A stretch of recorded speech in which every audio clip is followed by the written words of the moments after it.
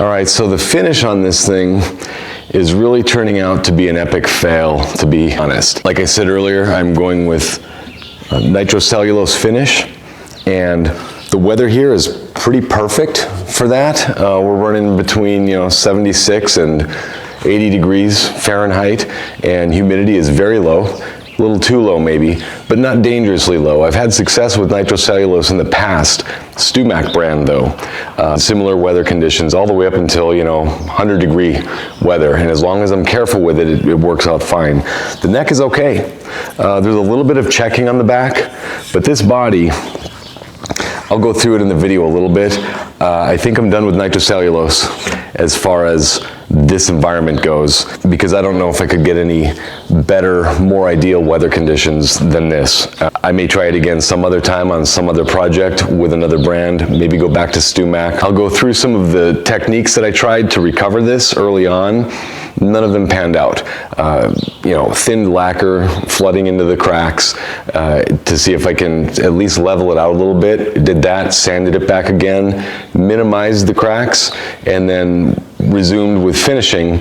Light coats, always light coats on this, and the cracking would just show back up again. And it's been several weeks now since I've put a video out or done my initial attempts on the finish with the dust coats and that, and the longer I wait, the more checking shows up. So the thing is fully, every, say, 3/4 of an inch on this entire surface, and I'll show you some close-ups here in a minute, are really covered in some sort of a road map type checking, cracking, and I know some people pay extra for that. I don't like it, and it just looks completely terrible to me. And I was hoping for something smooth and simple, especially being that this is a kit guitar. I was hoping that the finishing wouldn't be a big deal and I could focus more on the build, but the finish got me again. So I'm gonna finish this video up here and then do one more where I just assemble the pieces, and I'm gonna share with you any techniques that I learn along the way in case you're interested in building a kit like this. So I'm gonna apologize in advance for having a really shitty finish on this thing. Again, the neck is okay, and it's just not gonna match the body. It's a little bit of checking on here too, actually, but the body's just unacceptable. That's me in all my honesty. Hope you watch. So let's get into this. First thing I did, well, I mean, I've done this a bunch of times throughout this process, sanded it back. This was after the shellac had cured for, a week. 220 grit paper. I'm actually using the Shark sanding, it's like a pad, like a sheet from StewMac. Really good stuff. It stays consistent, stays clean. Sand the whole thing back, level it out, gave it a little naphtha bath, and I did take an air compressor to it. I didn't show that part in here, but I always take an air compressor to it, and occasionally I'll use a dust cloth. Very light coats. I don't know if it looks like I'm dumping it on here, but I'm not. Just very, very light coats of this Watco nitrocellulose lacquer. And I did several of these. After the third dust coat, the checking started, like right after the third one. And I don't know if it was like a matter of a few days. If I would have done it after the first one, I don't know. But after, it seems like a few days, 3 light coats, just dust. Really, I could feel bare wood underneath it still. It was so light. That checking began. I sanded it back almost to the bare wood again. The neck is okay, actually. Later on, I'll tell you about this. A little bit of checking on the neck, but nothing major. And anybody who says I don't clean my spray gun or my aerosol heads, I always run thinner through it, blast it out with an air compressor every time. That's my little protocol there. Here's where I went after sanding it back and going through this a few times. I went a little bit more drastic measures, and that's taking some thinned down, same brand, Watco nitrocellulose lacquer, is just in the quart can. Sanded it back again, 240 grit, and flooded each one of the cracks with this thinned down nitrocellulose, just to try to smooth out some of the checking. I don't mind a little bit, really, even, but the degree of depth on these cracks is just hideous. I'm not going to run you through the whole process, painstaking process. I did the top here, but I did the sides, I did the back.